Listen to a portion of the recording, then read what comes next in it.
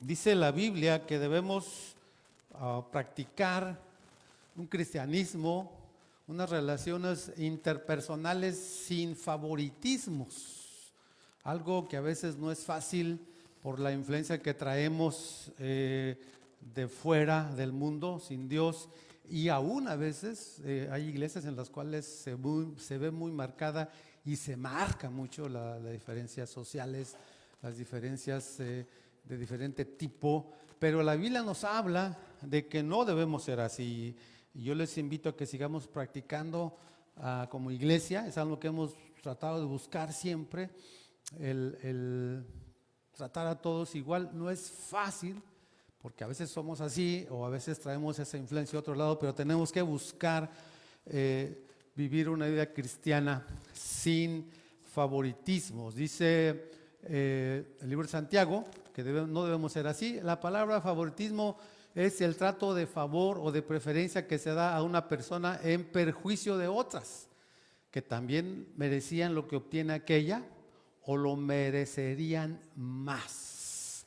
¿Quién de aquí, quién de nosotros ha sido a veces objeto de ser tratado injustamente, de ser tratado, de que lo han hecho a un lado por beneficiar a otros? A ver, alza la mano. ¿Quién ha sido así despreciado por alguna razón X?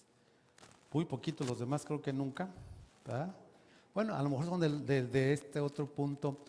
Entonces, ¿quién ha despreciado a los demás? Entonces, a lo mejor son los demás que no alzaron la mano al principio, ¿verdad? No se crea. Todos de alguna manera lo hemos hecho, no es fácil reconocerlo. Quizá a veces no de hecho, pero sí en pensamiento. Es más, cuando jugamos fútbol, ¿verdad? Las cascaritas famosas, hacemos dos equipos y escoge, ¿verdad? Pues sí, pues tú, y luego, no, pues no, está chaparrito, no, que no, y andamos ahí escogiendo, andamos haciendo favoritismos, y resulta a veces que el más chaparrito es el más bueno. Ahí está Messi, por ejemplo, ¿no? Que la pulga le dice, mire, pero mire, ¿cuántas veces lo han despreciado por alguna razón? Creo que todos hemos hecho eso, esa distinción, ese favoritismo. Pero eso se hace mucho en los trabajos. Es que yo quería ese lugar, yo merecía ese lugar, y pues como es amigo, como es familiar de tal o cual, lo ponen a él o lo ponen a ella. Pero dice la palabra de Dios que no debemos ser así, y en la iglesia debemos de buscar cuidar mucho eso. A veces en las iglesias se asoma ese tipo de relaciones, y tenemos que cuidar no practicar ese favoritismo, esa diferenciación, porque la Biblia nos enseña, ¿verdad?, que Dios no tiene favoritos y que ante los ojos de Dios todos somos iguales. Recuerdo un canto, había un grupo hace muchos años que se llamaba Viva la Gente. Sí, hace mucho. Y era un grupo que andaba dando conciertos por varias partes del mundo, lo formaban jóvenes de todas partes del mundo. Y este grupo que tenía un canto que se llamaba ¿De qué color es la piel de Dios?, precisamente. Y decía ahí el cantante: buenas noches, dije a mi hijo pequeño cuando cansado preguntó, papá, dice, ¿de qué color es la piel de Dios? Y ahí canta, ¿de qué color es la piel de Dios? Y empieza ahí el canto y dice, dije, negra, amarilla, roja, blanca es. Todos son iguales a los ojos de Dios. El papá le decía al niño, todos somos iguales, negros, rojos, amarillos, verdes, somos iguales ante los ojos de Dios. Hermanos míos, dice aquí Santiago capítulo 2, verso 1, la fe que tienen en nuestro glorioso Señor Jesucristo no debe dar lugar a favoritismo. O sea, eres cristiano, no debes tener favoritos. Hablando del trato, a veces somos más amigos de unos o nos identificamos más con uno, es otra cosa, pero en el trato, en el buscar, en el ayudar, inclusive, lo vamos a ver más adelante, cuando nos sentamos, a veces escogemos, no, pues allá no, porque allá está, donde te pongan. debes de sentarte, es la idea. Supongamos que en el lugar donde se reúnen, que eran casas, no había templos como ahora, entra un hombre con anillo de oro y ropa elegante y entra también un pobre desarrapado. Si atienden bien, dice, al que lleva ropa elegante y le dicen, siéntese usted aquí, en este lugar cómodo, pero al pobre le dicen, quédate ahí de pie o siéntate en el suelo a mis pies, dice, ¿acaso no hacen discriminación entre ustedes juzgando con malas intenciones? La respuesta allí es sí, sí se hace discriminación. Cuando tratas a uno que por su apariencia, lo tratas apariencia, su mejor apariencia económica en este caso, quizá puede ser física también, lo tratas mejor que a otro por su apariencia también económica, o quizá también en su forma de ser o de parecer, en su color. Y lo pone un ejemplo ahí, en esos versos de una persona, del trato hacia un rico, del trato hacia un pobre, y dice, la idea aquí es que podamos recordar cómo es importante la vida de Jesús, de Cristo, que vino a moldearnos la vida de cómo es el cristiano a través de Cristo Jesús. Sabemos cómo era Dios o qué espera Dios de nosotros. Dice Lucas 20:21, a Jesús lo conocían como alguien que no hacía acepción de personas, o sea, no hacía acepción de personas. Nos enseñó la manera correcta, dice Lucas 20:21, no juzgas, le dicen a Jesús, no juzgas por las apariencias, no juzgas por las apariencias.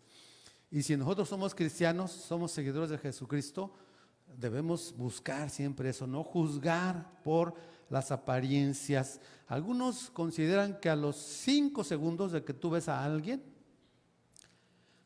en base a lo que tú viviste, a lo que tú experimentaste quizá en tu adolescencia, en tu niñez, todo el bagaje que traes acá en tu mente. Algunos piensan que a los 5 segundos que tú ves a alguien, lo juzgas. En base a lo que traes. En base a lo que traes. O sea, a los 5 segundos tú dices, me cae bien. O me cae mal. O se me hace que no la hace. Y fíjese, lo estás juzgando, ni siquiera has hablado con él. Pero en base a lo que tú traes acá, o sea, en todo tu vivir, tú lo juzgas. Porque te recuerda a alguien, porque al solo verlo te cae mal, ¿verdad? O sea, es una forma en la cual se considera en la psicología que más o menos a los 5 segundos ya tú juzgas a alguien, pero en base a lo que tú mismo traes, a lo que tú mismo consideras que la persona es o puede vivir, ¿verdad? O viviste tú, lo juzgas a él. Pedro también, como creyente en Cristo, tuvo que conocer o reconocer con todo y su orgullo. Él era un judío, y era un judío que no creía que los gentiles merecieran el evangelio. Entonces, de tal manera que cuando empezó él a vivir esa forma de compartir el evangelio, él estaba con los judíos, pero se iba con los gentiles. Cuando no estaban los judíos, se iba con los gentiles, comía carnitas, barbacoa, pollo asado, todo lo que quiera, todo lo que les proveían a los judíos, sobre todo la carne de puerco, los pescados, los mariscos, se iba allá a la marisquería que comía con los gentiles. Pero nada más de allá que llegaban los judíos y dejaban los gentiles, no, se hacía judío. Y Pablo le dice, oye, ¿no seas hipócrita? El evangelio es para judíos y para no judíos, para los gentiles. Y entonces por eso dice allí él en Hechos 10:34, ahora comprendo, decía Pedro, que en realidad para Dios no hay favoritismos. Vivimos en un país en el cual pues hay cuestiones raciales, aún preferencias raciales, ¿verdad? No se diga acá los vecinos del norte, todavía se da mucho más, aún en las iglesias es más marcado la cuestión de cuestiones raciales a veces, ¿verdad? No en todas, pero tenemos que recordar lo que dice el evangelio. Estaba escrito en la ley también allá en Deuteronomio 10:17. Deuteronomio 10:17 dice, porque el Señor tu Dios es Dios de dioses y Señor de señores. Él es gran Dios, poderoso y terrible, que no actúa con parcialidad ni acepta sobornos. Recordemos Juan 3:16, de tal manera amó Dios al mundo que dio a su Hijo para que, ¿qué? Todo, el negro, el blanco, el azul, el amarillo, el verde, el que sea, ¿verdad? El que cree en Cristo tenga vida eterna. Todo, el que sea, el que quiera. Entonces esa es nuestra idea como creyentes. Así que aparte de discriminar a la gente, de hacer favoritismos, estamos juzgando, les digo, y no debemos de juzgar porque nos estamos equivocando, porque estamos juzgando en base a lo que traigo, a lo que hay. Y a veces no está sanado alguna parte de nosotros y juzgamos de esa manera. Cuando yo llegué aquí a la iglesia, estoy en vivo, ¿verdad? Bueno, ni modo, ya lo dije, no me acordaba que estaba aquí. Pues que a lo mejor me ven los que me hicieron eso. Pero cuando yo llegué aquí a la iglesia, me decían algunos hermanos, no, pues usted no nos bendice. Así me la cantaban derecho, usted no es de bendición aquí. Y había personas, ¿verdad?, que se sentaban allá, eran bancas, ya quitamos las sagradas bancas un día, y se sentaba allá la persona, ¿verdad?, y se sentaba así. Estaba en su rollo, y yo estaba predicando. Entonces yo lo veía y, o sea, es como decir, me vale un cacahuate lo que usted estés diciendo, para mí tú no eres de bendición. Así, y me lo decía derecho. Entonces juzgamos a la gente. Y por lo que traemos a veces en nosotros. Entonces es importante recordar que debemos buscar, no juzgar por esa apariencia externa y ser imparciales. Y a veces no lo estamos haciendo por motivos incorrectos. Así que aunque el mundo sin Cristo tiene esas formas de juzgar, de hacer diferencias, de hacernos a un lado por preferir a otros, eso no debe hacerse en la iglesia. Debemos buscar tratar a todos por igual, porque todos tenemos la imagen de Dios y todos somos iguales ante Dios. Mire, yo me he puesto a pensar, porque a veces decimos, bueno, Steve Jobs, Mark Zuckerberg, gente talentosísima, Bill Gates, por ejemplo, hablando de las computadoras y eso, no es cristiano, como diciendo, es menos. A menos así lo digo yo, no es cristiano, el atleta no es cristiano, ¿verdad?, pero tiene la imagen de Dios. Y por eso es talentoso, creativo. Y también nosotros lo somos, pues. Pero a veces como que, no es cristiano. Sí, pero es una persona que está tiene la cuestión de artística no es más exclusiva de los cristianos. Es exclusiva de todo ser humano que es creado a imagen de Dios. Entonces, cuidado cuando juzgamos. Hay compañeros que tienes bien talentosos en la empresa. Él no es cristiano. Pues sí, pero está haciendo más que tú. A lo mejor está desarrollando su talento mejor que tú. Cuando tú y yo deberíamos ser los mejores, a lo mejor en nuestra empresa, en nuestra área. ¿Me explico? Pues yo soy cristiano. Sí, pues con mayor razón deberíamos ser los mejores. La excelencia. Buscar, competir a ese nivel. ¿Me explico? Bueno, no sé, pero creo que sí. No, sí sé, pues, pero no es que usted dice. Bueno, mire, todos tenemos la imagen de Dios y somos iguales ante Dios. Cuidado con el favoritismo. 2, también nos indica que todos somos ricos espiritualmente. Versos 5 al 7. Lo que no tienen estas personas que mencioné, son talentosos, pero no son ricos espiritualmente, ¿verdad? O sea, dice, escuchen mis queridos hermanos, no ha escogido Dios a los que son pobres según el mundo, para que sean ricos en la fe. Fíjese lo que dice, pobres según el mundo. O sea, el mundo dice pobre al que no tiene dinero, o no tiene bienes materiales. Y Dios dice, bueno, puede ser pobre para el mundo, pero para mí puede ser rico en la fe, o es rico en la fe si me conoce, y heredero en el reino que prometió a quienes lo aman. Dios ha escogido pues a esa gente pobre, desechada. De hecho hay un verso que dice acá, no muchos de ustedes son sabios. A veces pensamos que los cristianos del primer siglo eran la pura cuerda, o sea, los más inteligentes. No, era gente a veces bien sencilla. Dice aquí 1 Corintios 1, no muchos de ustedes son sabios según criterios meramente humanos, ni son muchos los poderosos ni muchos los de noble cuna. Dice, Dios escogió lo insensato del mundo para avergonzar a los sabios, y escogió lo débil del mundo para avergonzar a los poderosos. También escogió Dios lo más bajo, dice, para anular lo más bajo y despreciado, y lo que no es nada, para anular lo que es. ¿Se acuerda usted de Pedro? Pedro el apóstol, que decíamos que tuvo que reconocer que el evangelio era para los gentiles.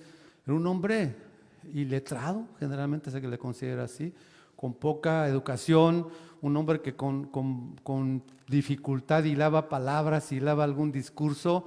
Usted sabe cuando el día del Pentecostés, ahí en Hechos 2, se para Pedro, cambiado, da una prédica tremenda, y se convierten nada más y nada menos que 5,000.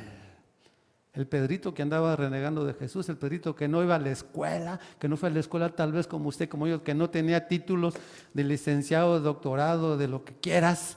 No estoy diciendo que Dios no use eso, sí, pero Dios usa a todos. A todos, siempre y cuando nos pongamos, ¿qué? En las manos de Él. Entonces, estas personas estaban por allí haciendo un desdén, decía ahí, la palabra original es esa, un menosprecio, un desdén. ¿Sabe qué es un desdén? A ver, ¿a quién le han hecho un desdén? Un desprecio. Pero le es así como que, así como le hacen algunas hermanas a los varones, ¿ya? ¿O no?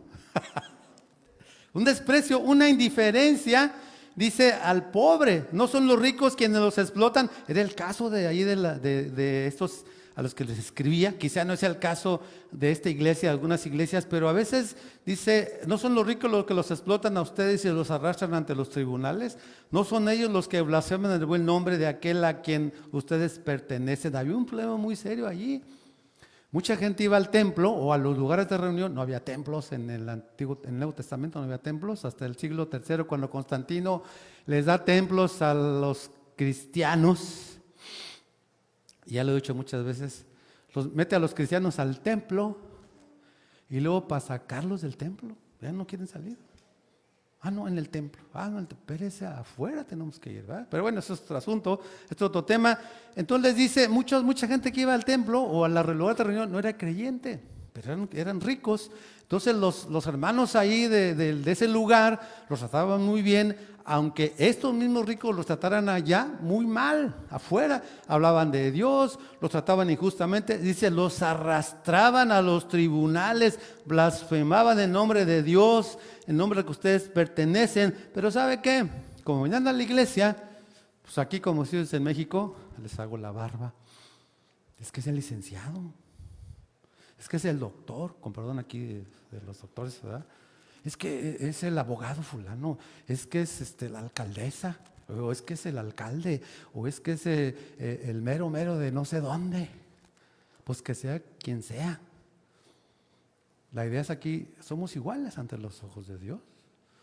Entonces, en ese caso, los de escritores que se escribía Santiago, trataban bien para que después quizás pudieran sacar un provecho allá afuera, en algún problema, en alguna situación. No estoy hablando de que no tengas buenas relaciones, qué bueno que las tengas o las tengamos, lo que quieras, pero no hay manera de preferir en la casa de Dios y en ningún otro lugar, claro.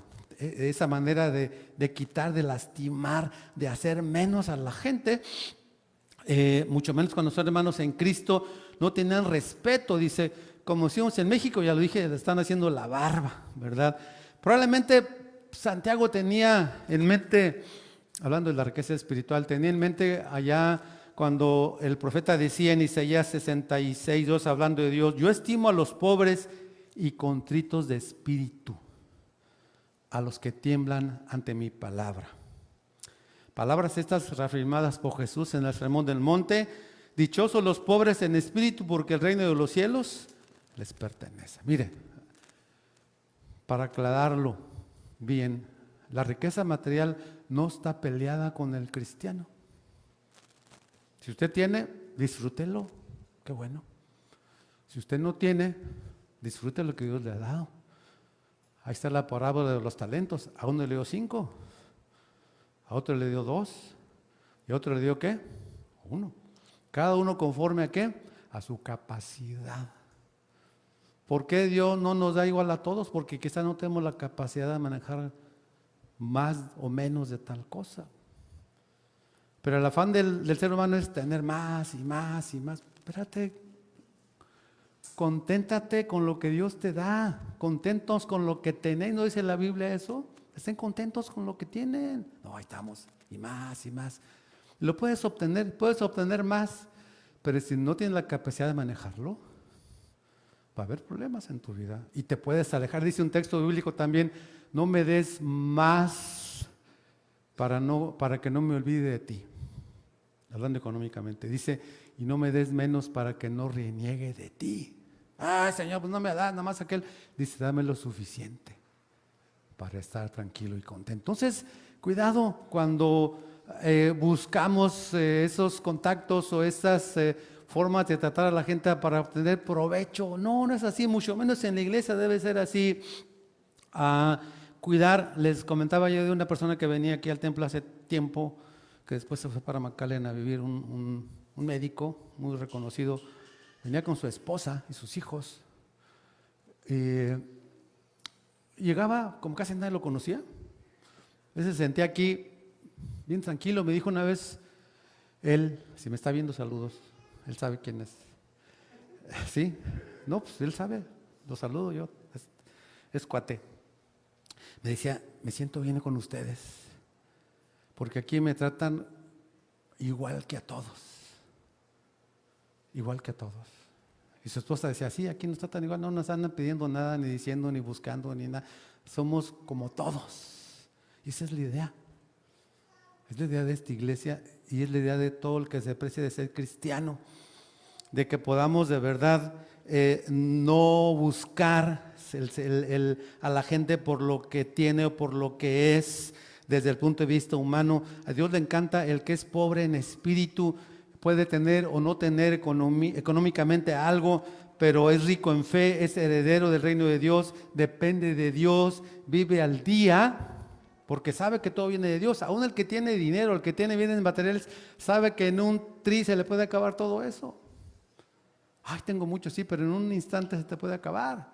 En un instante te puedes ir. Todo viene de Dios, es humilde, es sencillo, no es autosuficiente, por eso es rico en espíritu, porque sabe la necesidad que tiene de Dios. Por eso dice aquí la palabra de Dios que todos somos ricos espiritualmente. Dice, Dios escogió a los que son pobres según el mundo para que sean ricos en la fe y la esperanza, hereden el reino también que prometió. Así que la gente pobre o material espiritualmente es más receptiva de las cosas de Dios, porque sabe que todo viene de Dios, sabe que depende de Dios. Así que, mire, no dejemos que en nuestras relaciones interpersonales la riqueza material nos obstruya la visión espiritual. La gente vale no por lo que tiene, por lo que es.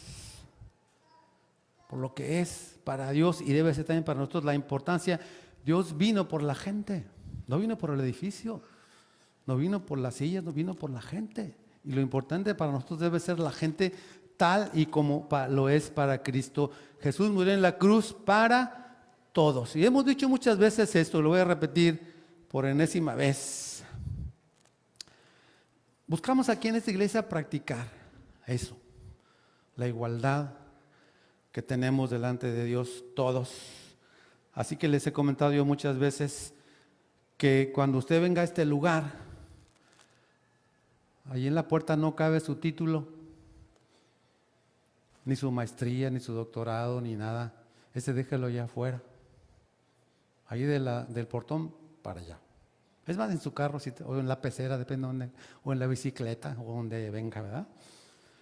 O bien, deje su certificado de primaria. Ahorita le digo por qué. Deje sus títulos, deje sus cargos en la empresa. Allá que se quede. Ahí es el jefe, sí, puede ser que ahí es el jefe. O deje sus no cargos, no, pues ya soy el intendente, el que hace el aseo. Allá déjelo. Porque aquí buscamos que todos sean iguales. Porque así lo dice la Biblia. Y difícilmente yo aquí le digo a alguien doctor o licenciado, y los que tienen aquí conmigo saben que si alguna vez llamaste a Leo será, pero yo le digo hermano, o David, o Elixa, o quien sea. Usted sabe que así es, y así debe ser. Así que aquí nadie le diga, licenciado, Mangos, Pedro, Pancho, como se llame, dígale, hermano, por eso nos llamamos hermanos, ¿no? ¿O no? Sí, porque somos de la misma sangre de Cristo. ¿Y sabe qué? Y digo, ¿por qué debe dejar sus títulos? Porque puede entrar usted muy acá. Yo soy, ¿quién sabe qué? O puede entrar con su título de primaria. Pues yo, pastor, pues yo no puedo hacer, yo nomás el kinder, no sé leer ni escribir. O sea, tampoco sea así, o sea, súbale. ¿Sí? ¿Cómo? Claro. Es que soy acá, bájale. Es que acá, súbele. No dice, eso es lo que dice Romanos 12:3. Dice así, por la gracia que se me ha dado, les digo a todos ustedes, nadie tenga un concepto de sí más alto. Oye, yo soy el ministro. Excelente, Dios te bendiga, pero mira, allá afuera, aquí eres un miembro de la iglesia o un asistente a la iglesia y adoras junto conmigo a Dios. Nadie tenga más alto concepto de sí el que debe tener, sino más bien piense de sí con moderación. O sea, ni le subas ni le bajes. ¿Dónde estás? Dice, según la medida de fe que Dios te haya dado. Así que siéntese, entre y siéntese donde le toca y junto a quien lo pongan. Porque luego, no, ya no. Es que aquel, quién sabe qué. No, somos iguales, pues vamos a manejarlo. Ahorita estamos así como más escogiditos, perdónme la expresión, porque estamos en la pandemia. Por eso estamos así de a 2, de a 1, de a 4. Pero en otras ocasiones donde los sugieres le digan que se siente, siéntese, por favor, porque ha habido hermanos que, no, yo aquí está mi silla. Y no lo sacas de allí, de veras. Aquí ha pasado, entonces que no pase eso, ya siéntese donde caiga, donde la pongan, porque es un lugar en el cual usted junto con todos los demás debe estar usted agradecido porque estamos juntos. Y cuidado cuando se siente menos, mire, o cuando pensamos que la gente es menos.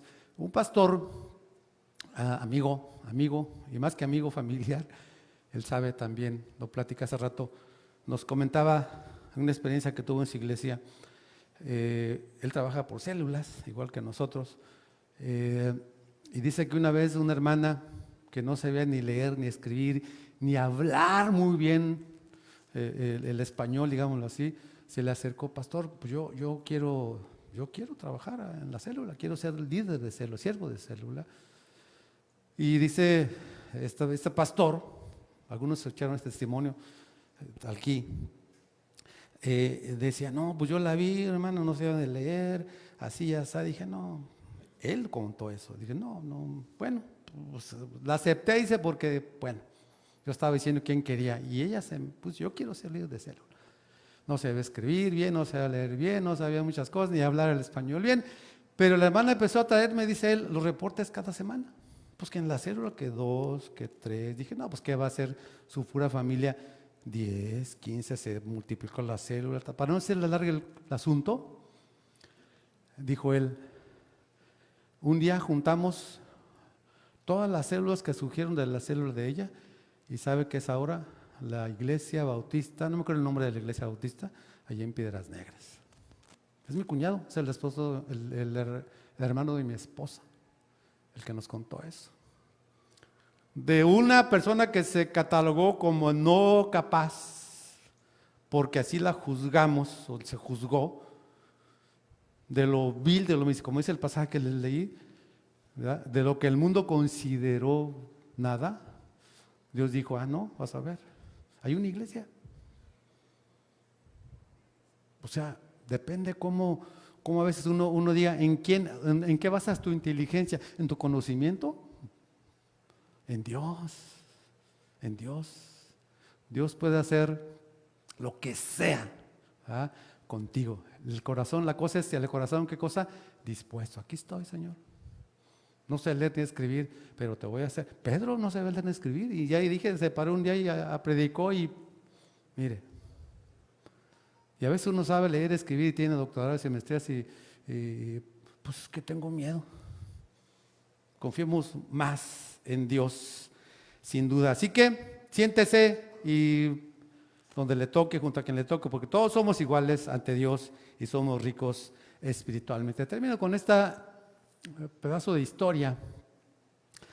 La historia del rey Arturo y su mesa redonda en la corte de Camelot. ¿Ya han visto esa película? Ha sido una inspiración para muchos a lo largo del tiempo por la forma en que él peleaba. Dice que Arturo llegó a ser rey por causa de extraordinario demostración de poder y fuerza a través de su espada mágica que se llamaba. Oiga, no sabe la Biblia, pero sabe cómo se llama la espada.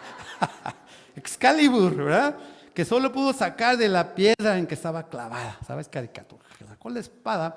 Bueno, lo menciono porque este hombre se dio cuenta de que el verdadero poder no estaba en la fuerza, sino en el derecho y la justicia. Y dice por eso que él tenía una mesa redonda. De hecho, vi una película en estos días de él, porque voy a hablar de tengo que saber cómo era, y la vi, me la eché completita, ¿verdad? Y estaba el líder de la iglesia, una iglesia, y dijo, ¿quieres hablar con Arturo, con el rey? Dijo, pues quiero sentarme en la cabecera. Esa era su idea de este líder, ¿verdad? Religioso. Y dijeron, bueno, siéntese donde usted quiera. Le dijeron los amigos de Arturo, ¿no? No sabía cómo era la mente. Dice la película es que llega este hombre religioso y va a entrar a la mesa al lugar de honor y se da cuenta que es redonda. Y dice, ¿cómo una mesa redonda? Dice, es que aquí todos somos iguales y cada quien se sienta donde quiere. Y Arturo es el primus entre pares, el primero entre los pares. ¿Sí? O sea, no había distinción de rangos entre ellos, solo el rey era el primero entre los iguales por su mayor responsabilidad. Y así es en la iglesia. Somos iguales, con responsabilidades diferentes. Yo tengo una responsabilidad diferente a la de usted. Pero yo soy igual que usted, igual de pecador que usted. O peor, dijo aquel, ¿verdad? No sé. Como dijo un pastor una vez. Dijo, si yo conociera todos los pecados de ustedes, no quisiera ser su pastor. No, y los hermanos así. Pero si ustedes conocieran todos mis pecados, no querrían que yo fuera su pastor. Así que, ahí ve. Sí, pastor. Perfecto.